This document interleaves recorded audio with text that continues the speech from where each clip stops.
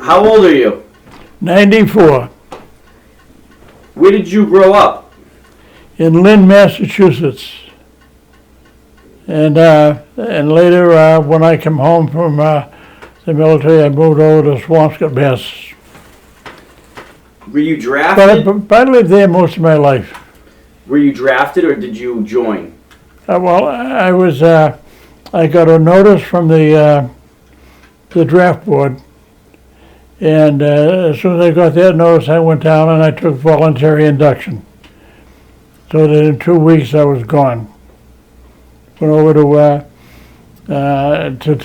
Central Square in Lynn where they had the draft office, and I went down the following day, and I went over to Fort Banks in Winthrop, and there they swore me in and a couple of other guys, and then they brought us up to Fort Devens where they gave us our uniforms and stuff like that, showed us how to stand in line and some of the manual of arms and that kind of stuff.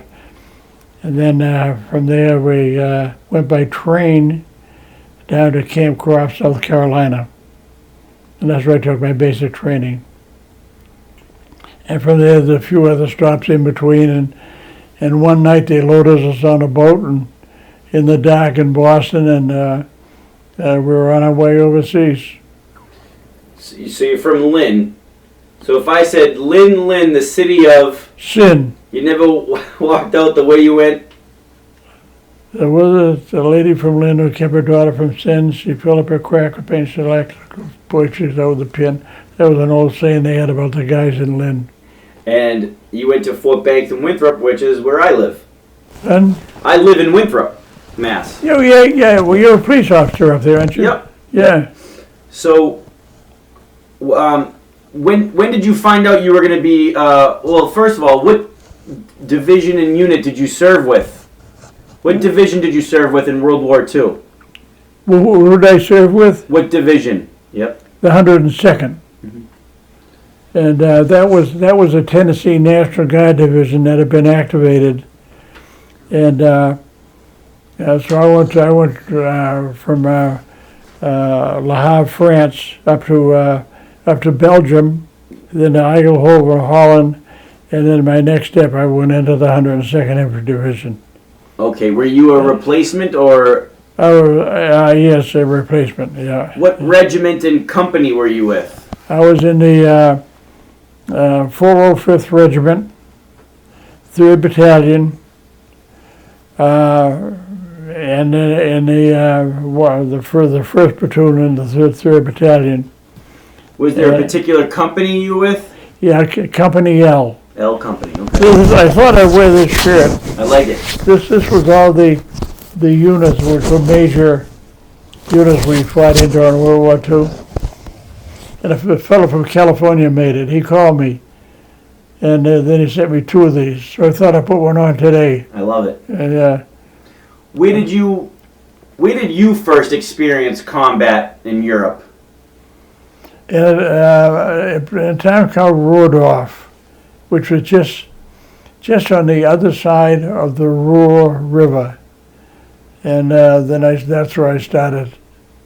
And then we went down the Rhine River, and we were unable to cross the Rhine River because the current was so strong.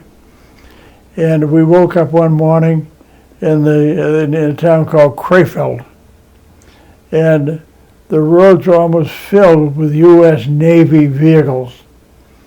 And it was the largest naval operation in history, but they built a bridge for us to cross, but they feel we didn't have time at the thing, so they loaded us on trucks and brought us down to Cologne, where there was a bridge that had been pretty heavily bombed, and they had to cross the river down there. They had all the guys get off the trucks. They were 2.5-ton troop carriers, and the truck went across the bridge empty except for the driver. And then the troops went across, and they didn't march. They didn't want us to set up a rhythm because they were afraid it would collapse the bridge. And damned if they didn't get us all across the bridge safely in the vehicles. And then we went from there back to where we were, and that's where we started out on the other side of the river. And these were some of the cities and towns, and I don't remember the names. I was on a PFC, and they didn't tell me where the heck we were going. Sure. Really. So tell me about Rohrdorf. Rohrdorf, is that the name of the town? It sounds like a German town. Rohrdorf was a small village right on the Ruhr River, and it was pretty heavily armed by the German forces, and there was just a rifle battle, and was this the first time you had seen a German soldier? Yeah, I saw my first German officer laying on the road. He was a major, and he was dead. And in the morning, he was still on the road. They hadn't picked him up yet. And then from then on, it was that was just regular daily stuff.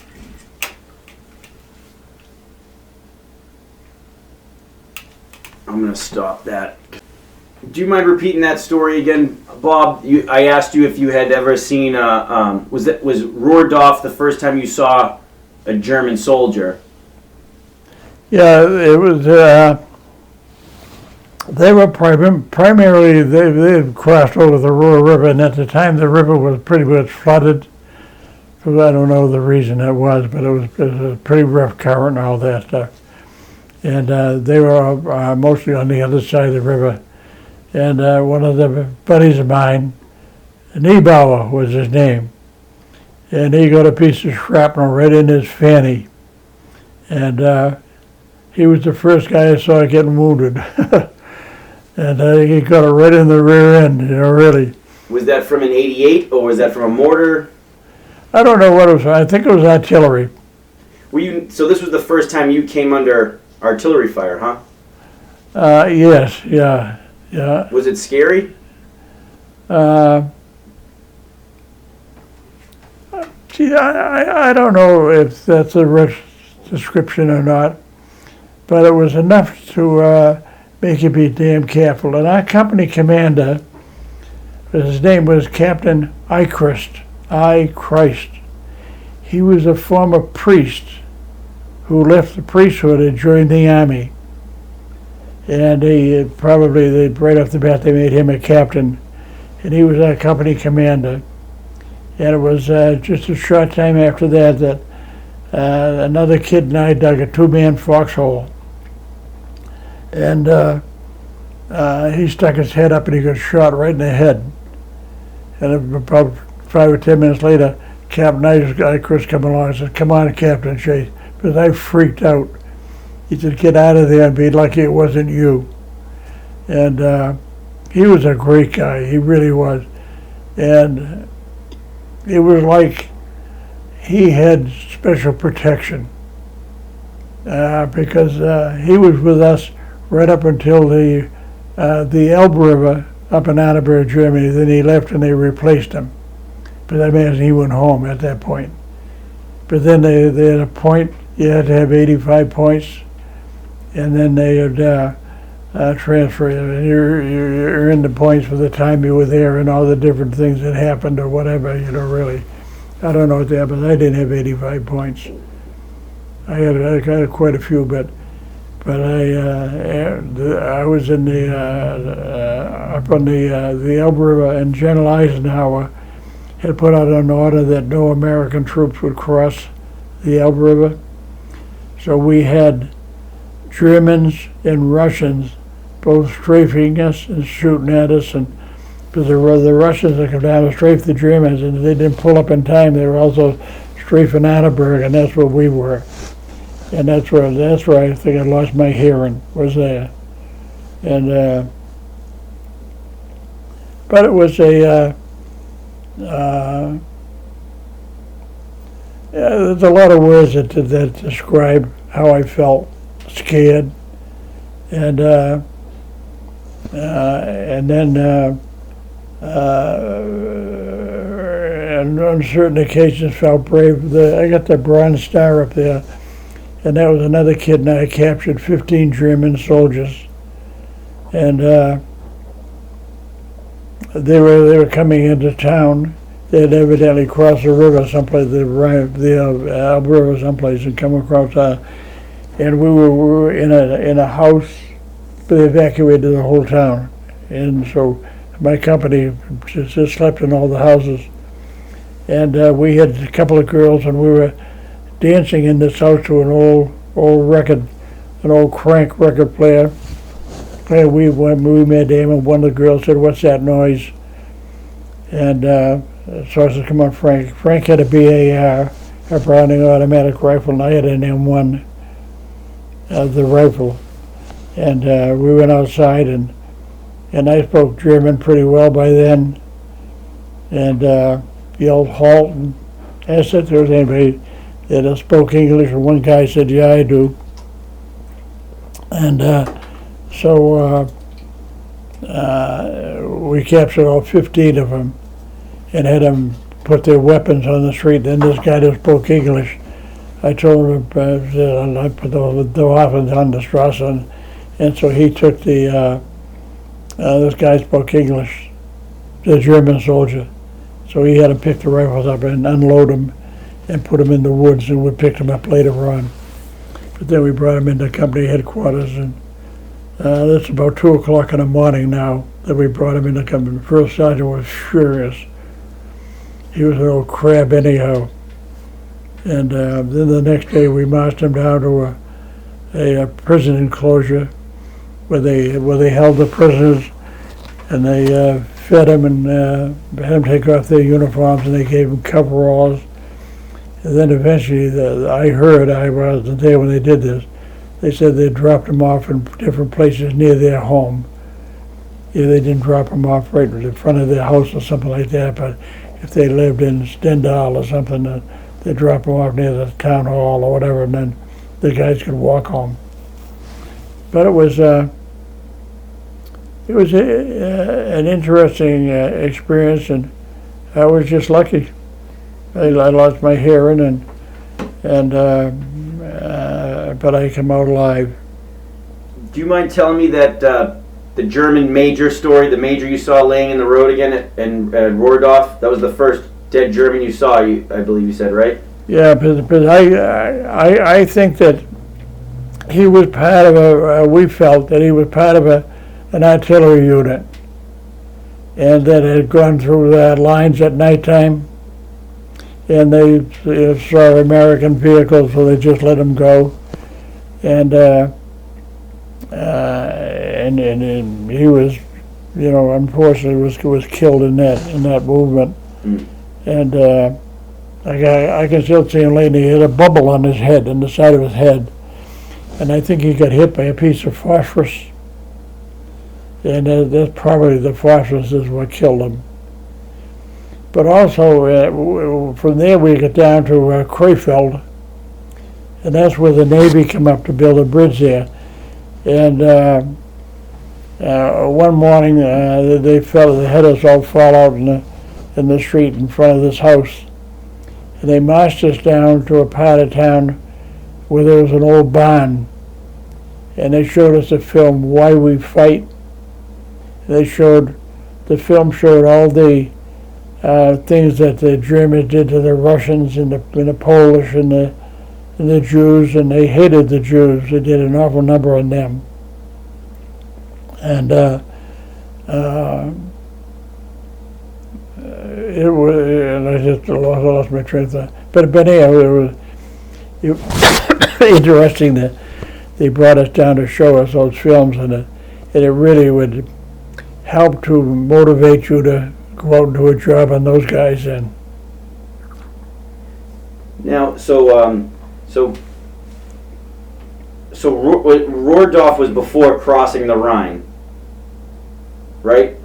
Yeah, Rohrdorf, and then it was all Krefeld was after that. Country of small villages after that, down to Krefeld. Okay. And Krefeld was a pretty good sized city. So in Rohrdorf, you mentioned there was a firefight that happened, and you guys were shooting from across the river with each other against the Germans? Yes. Okay. Yeah. And that was the first time you fired your rifle? That was the first time I fired my rifle. Yeah. Could you see your target, or could you see what you were trying to shoot at that point? Yeah, it's very easy to see it, really. And it was, there so many different situations where you could find it easy to shoot them, and then you had to hunt, just basically looking all around the terrain and all, and for traces of German soldiers or whatever. But there were some areas in that was pretty well occupied by a lot of Germans, and they lost a lot of German lives there, really. Did you have respect for German soldiers? Did I what? Did you respect the German soldiers? Did I affect them? Did you have respect for them?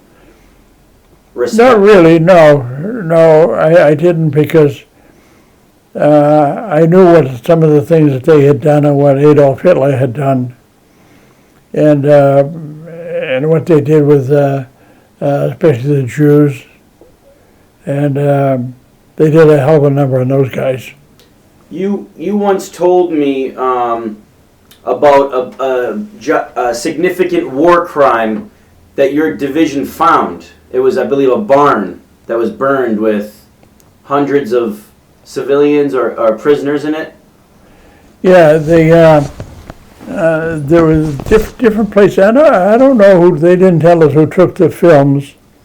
I don't know if the Americans or British or who they were, French, and they made this series of films, and it was pretty serious movie. Yeah. I don't know if they ever kept a copy of it or. But you told me the 102nd came across a barn that was set on fire. Well, that was a town called Gottingen, and we were marching all day long on the road, and we were heading up to.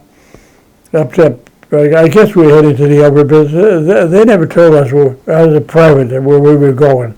All we knew was we got there, what we're supposed to do. And then, because I remember walking along, and again, my buddy Frank had the BAR and he had a bag of ammunition. That was a lot of weight. And I saw a carriage in front of a house, a wicker carriage. And I went up and I grabbed it. And we put all his stuff in it. And so he and I were head of the carriage, and we were pushing all of our backpack and all. And Captain Ikers said, made a joke of it, he says something funny about the thing. But all day long, bombers were flying over our head, and we knew they were going up to Berlin. And that evening, we were in a field where we had a bivouac, and one of the kids who was a Jeep driver had brought some of the officers out to Gottingen to see what happened to these people they put in the barn. And they were civilians for the most part. And they said there was about 1,000 people in that barn. And when we looked in, they were just stacked up like this. They were all dead. And there was one guy who was laying there, and he tried to get out from underneath the door, and he had a bullet hole right in his forehead, but they had guns surrounding the barn in case anybody tried to escape. And they shot this guy. But there was a... What did the Germans do? They set the barn on fire?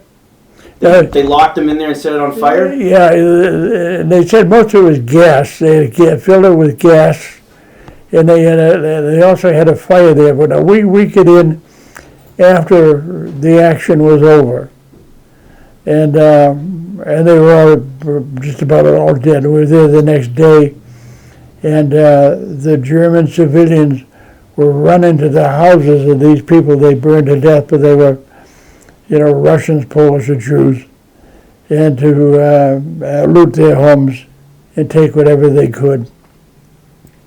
And there was a memorial, and I got an invitation to the memorial, and I never did go. But they were the bodies. They had just pushed them into a hole in the ground, and now they were taking them out and making it like Normandy, the cemetery. And I never went to that. But that was probably one of the most horrible things that we ever saw, that they did to so many people at one time. But they had, we went into a couple of concentration camps, and there was a lady running one of them, and it was the one where she sent him in for a shower, and they turned the water on instead of water, gas come out, and they gassed American soldiers or prisoners or whatever, really. And the things they did were hard to believe that somebody could be so cruel, and to bring all of this harm and misery to them, especially little kids too, And when those bombers went over there, into Berlin, we could just imagine, when they released the bombs, they didn't land necessarily where they were supposed to land. They landed on homes and schools and hospitals or whatever, and those were American bombers that did that, But that was one of the things that brought the war to an end too, when they started that stuff, and then there was a place up in Annaberg, and I saw the largest weapon I had ever seen, and it was a cannon, and it was the full length of a flatbed railroad car. It didn't have the carriage, it was just the barrel, and the barrel had to be about 20, 30 feet long, and they said it could fire a cartridge, I guess they call it a shell anyhow, as far as 35 miles. It was enormous. I never saw anything like it. I couldn't imagine how the hell they lifted it and fired it and all that kind of stuff, But we never saw that. We just saw that barrel laying on the railroad car. And the reason it was still there wasn't a bridge to bring it across the Elbe River, so they just had to leave it and swim or row across the river, really. What else do you remember about, was it Creador, the town of Creador? Say again? After Rohrdorf, you said you crossed the Rhine into Creador? Yeah, we crossed the Rhine, and the action in a few spots was really heavy, but other than that, it was rather light. We occupied towns, small towns and villages, and all these were the places where we had a battle. What was the closest call you had during the war to being wounded or killed? Probably when this kid got shot in the head. Was he in your foxhole? If I had stuck my head up, I would have got shot too, because he fell down on top of me. And it wasn't that I couldn't move, but I was a kid at 18 years old. And I just freaked out when he landed on top of me. And that's when Captain Nyquist came over and said, "Come on, Chase, get out of here. Be lucky it wasn't you." Where was that near? Do you know what town you were near? I don't remember. But it was after you crossed the Rhine? The only towns I knew were the big towns that we stayed in. Mm-hmm. But we went through lots and lots of small villages and small towns, and we never knew what the hell the names were. What was that soldier's name? Do you know? No, I don't remember what his names were. I just knew the guys and their names. I can't remember. I gotta remember I remember Captain Nyquist. I don't remember the names of any of the officers. I don't remember the name of our platoon sergeant or our squad leader. Did you have a close friend in L Company with you? Yeah, and that was Frank Pulaski, the BAI man. And did he survive the war? He was a Polak from Chicago. He was a hot sketch. He was a good guy. He lived, right? He lived through the war? And he went home. He made it out and he went home. When's the last time you spoke to him? Oh, geez, it was probably just before he left to go home. I haven't spoke to him in years. I heard that he has since passed away, and there was another Polish guy from Wojciechowski who came from Chicago also. And I've never seen one of those guys, not one of them. Rich was our medic, and he became a close friend of mine. And I've never seen him again after I left. What happened with me was the division was being prepared to go over to the Pacific, and they were organizing and getting ready to go over there. And I had paratonsillar abscesses in my throat, and I went to Kassel, Germany, Kassel, and it was about the only building in Kassel that wasn't destroyed, and it was a hospital. So I was in there for a month, and during that month, the unit moved out, and when I come out of the hospital, I was transferred to the third signal, 255 Signal Light Construction Company, and they were going to Paris to rebuild the electrical system, the telephone system. And then I ended up with the third signal company, and they wanted me to be a keyboard operator, but I was just too nervous, and I couldn't do something like that all day long. When you took those 15 German prisoners, where was that? With the what now? When you took the 15 German prisoners, Oh, where was that? where the hell was it? That was in Annaberg. That was in Annaberg because they were coming down. I told you we had two German girls in a house when we were dancing with them, and I remember the record we were playing was "Oui Madame, Parlez-vous Madame," and one of the girls said, "What's that noise?" And so Frank grabbed the BAR, and I grabbed my rifle, went outside, and I yelled "halt," and they stopped on the road, and I put the weapons on the Strasse, I put the weapons on the street, and I asked if there's anybody in there that group that spoke English, and some kid yelled, "Yeah, I speak pretty good English." So I said, "Okay, tell them to pick up the weapons, take out the cartridges, and empty the thing, and put them in the woods, get them off the road." And they did. Then we used him to bring us down to organize those guys. Did you take any souvenirs? Get them into formation. We brought them down to our company headquarters, and then it was about 1:30, 2 o'clock in the morning. And when the first sergeant came out, he was furious. "What the hell are you doing, bringing these guys in here this time of night? What are we going to do with them? Really." So it was the next morning. They slept on the road, just laying down on the ground, and slept there that night. And we just sat there. And some other guys come out to also guard them.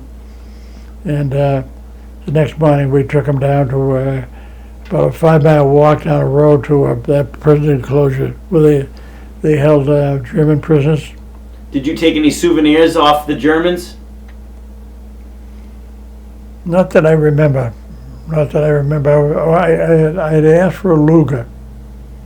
The pistol, there was not a Luger there. If there was, I would have taken it. But the rifles, they were plenty. I sent a rifle home. It wasn't from Annaberg. I don't know where I picked it up. But then we were in the town, and we captured a bunch of German guys there and disarmed them and put all their rifles on a curb and put the butts out on the road and the rifle. And then they brought a tank over, and the tank rode down They had destroyed all the weapons, so they were worthless. But I got an 8mm Mauser rifle, and I took it apart and I put it in the cartridge case that a 105 howitzer comes in, and I packed it with paper bags and all kinds of stuff, and I sent it home to my father in Lynn, and it got there. Awesome. Yeah, and I eventually, I was living up here at the time I sold it. I got, I don't know, $400 or $500 for it, something like that. Because I couldn't go hunting. I couldn't kill a deer, and I tried to. I went out hunting for deer hunting, and I just couldn't do it. Couldn't shoot one. I couldn't kill anything now. And those were some of the memories of the things that we did. Yeah. But why can't you kill a deer? Does it remind you of the war? Yeah, and I just couldn't afford to take a life. I can't even go fishing. I sold all my fishing equipment and all the weapons I had. The only thing I have a .22 rifle in the closet back there, and I gave most of the weapons to my son, my oldest son Gary. And I had called him the other day, and I asked him, I said, "Come up and take this rifle too." And that'd be the last weapon I have. Basically, what you're saying is the 102nd took a lot of German lives in the war, and that's why. Yeah, no question. And I think the artillery took the most of them. You know, because sometimes you'd be in a foxhole or just hide behind a wall or a tree or something like that, and you could hear the bombs whistling as they went over. And to show you how powerful the bombs they dropped out of an airplane in Krefeld, which is right on the Rhine River, there was a railroad yard there, and they had the Germans had steam engines. They didn't have any diesels at that time, and there was one steam engine. You can imagine the weight of an old steam engine, and a bomb picked it up and just set it on top of another one right beside it. That's how powerful the bombs were, and that always impressed me. I could always remember that. Did you guys witness a lot of dead civilians and farm animals going through the towns from the bombings and the artillery? So, did we shoot any farm animals? No. When you marched through the towns, did you see the destruction of the artillery and the bombs? Oh yeah, if they'd been there before we got there, yes. I never got to Berlin. Mm-hmm. I would love to have gone to see what Berlin looked like. Were there many dead civilians in these towns? Were there dead civilians from the artillery and the bombs? Were they what now? Was there dead civilians, like dead civilians, non-soldiers, and farm animals throughout the towns? Oh, they'd be killed just like the soldiers. But the bombs, you know, if they had intention of bombing a single building, they'd probably have to drop about 10 bombs. I had a friend of mine, Charlie Sweeney, and Charlie is the guy who flew the plane that dropped the atomic weapon on Nagasaki in Japan. And he said that they went back about a year later, and they missed the target by about 100 yards. And that was really close. They were really pleased with that. But with an atomic bomb, they could have missed it by a mile, I guess, you know, really. But he said when they flew over Nagasaki, the bombardier said, "Bombs away," and so Charlie slammed the throttle forward to get the hell out of there.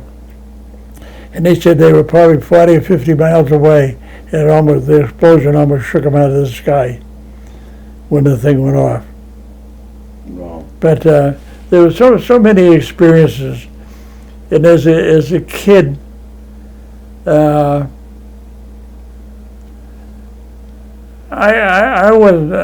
wasn't in any stretch of the imagination a coward, but there was a lot of things that because they're minefields, In fact, one day a guy yelled at me. I was going out into a field. And he said, "Hey, Chase, that's a minefield. Stop where you are right now." And then he instructed me about turning around and trying to walk on my own. I was about 15 feet into that field. And I got out of there. I was lucky I got out of there. But a lot of times the Germans would set up a minefield, and they would usually have a sign up there to say, "Achtung, Minen," attention, mines. And I didn't see any of those signs out there. And so anyway, I got out of there just lucky. I got out of there just lucky. Did you see any German tanks?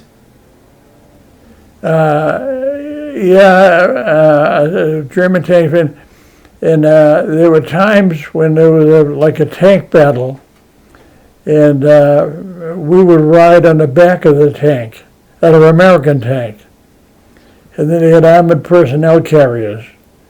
It was like a tank, only it had a cockpit, where 10, 15 guys could get in there, and they could take us to a target.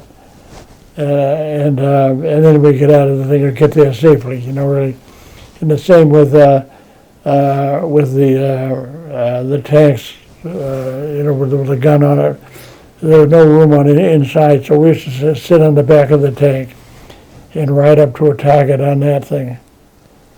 And it's just all kinds of things that would happen every day, and it didn't have the same thing. If I was down at Fort Belvoir, Virginia, every day we'd be marching, falling in, and have a parade to go here, or a parade to go there, or doing manual arms and all this stuff. But it's not like that when there's some action going on. And where were you when the war ended? When the war ended, I was in a town called Stendal. And no, I wasn't in Stendal. I forget the name of the town. I can remember we were out and we had sticks, and we heard that the Germans had buried hams in the ground, so we couldn't find them. We were out there with sticks and bayonets trying to find the hams so we could have our cook for us. And then in that town we got the word that Roosevelt had died. And then it was in Stendal that we got the word that the Japanese had surrendered. And that's when but the war ended. I don't know the name of the town we were in when the war ended in Germany. How did the news make you feel that the war was over? Gee, that's hard to answer. I don't remember. I honestly don't remember. But everybody was very happy. I know that. But it wasn't a big celebration or anything like that, And but even in Japan, in Stendal, I think there was more happiness and more celebration when it ended in Japan. Because we were out in the field, we were still out in the field when we heard the word that the Germans had basically surrendered. Now, you stayed in the military as a career. Yeah, well, when I got home, when I got back to Lynn after a couple of years overseas, I was recruited to join the National Guard, and I joined the Guard in Lynn, and my job there was to teach the guys weapons and the machine guns and mortars and all that kind of stuff. I rode up to the rank of major there, and then the general, Otis Whitney, who was the commanding general of the 102nd Division, had recommended to the the Air Defense Command that they should contact me. He's a good soldier, and he said, "Yeah, I'm sure you could use him." So the Air Defense Command come after me, and I was the reserve engineer officer for the first region of the Air Defense Command. That was all the missile sites, all the Nike missile sites from Key West, Florida, up into Trudy, Greenland. Did you have to And go? that was a good job. And I did most of the work that they gave me was all the missile sites in around the Boston area. Did you have to go to Korea? Hmm? Did you go to Korea? No. No. No. No.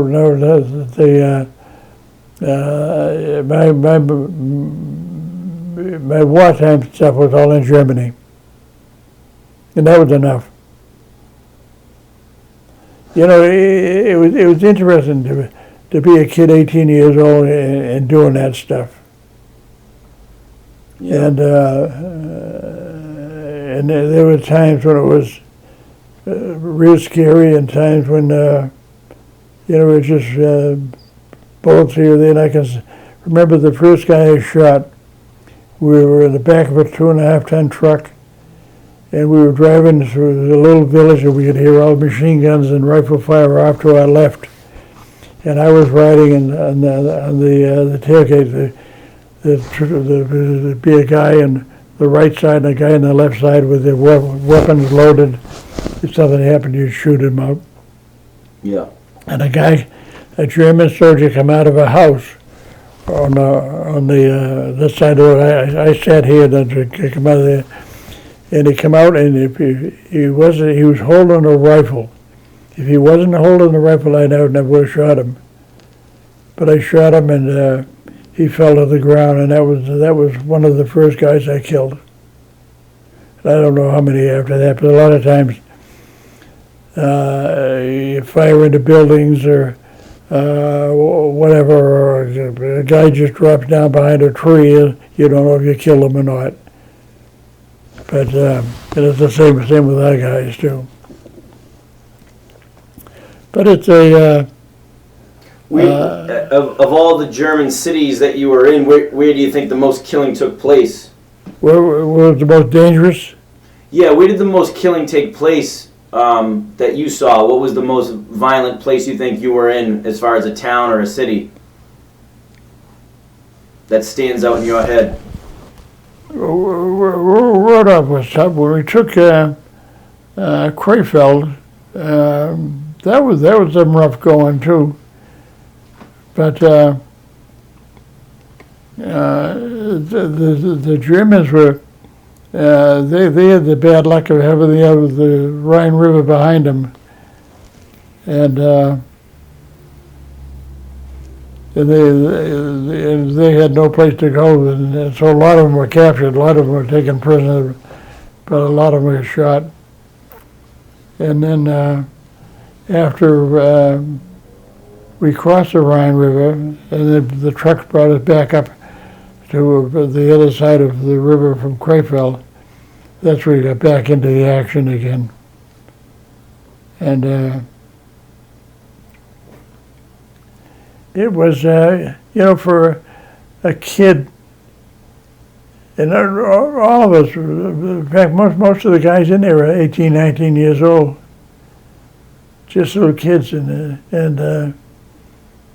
there wasn't any guy that would jump up and stand out in the middle of the road and fire a machine gun into a town. You try to protect yourself as well as try to get the other guy.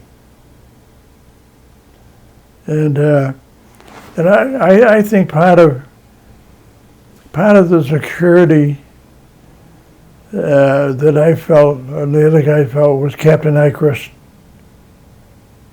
He was a father to a lot of kids. Not a father as a Catholic priest, but just helping the kids and making them comfortable and whatever. And he would have meetings, and we'd all sit there and tell us what our target was the next day, where we're going after this, and then I can remember after the war ended, General Keating was the division commander of the 102nd Infantry Division. He had a retreat parade. We brought as many troops together as he could and had a parade celebrating the end of the war. And Now, Icrest survived the war, right? pardon? Icrest? Did Icrest survive the war? Yes, yeah, but he survived it right up until Annaberg, and then they brought in a replacement from his name was Marlborough or something. Yeah, you I mentioned forget what his this name was, but he had his 85 points, Good. and he went home. Did you ever go to any 102nd reunions after the war? No.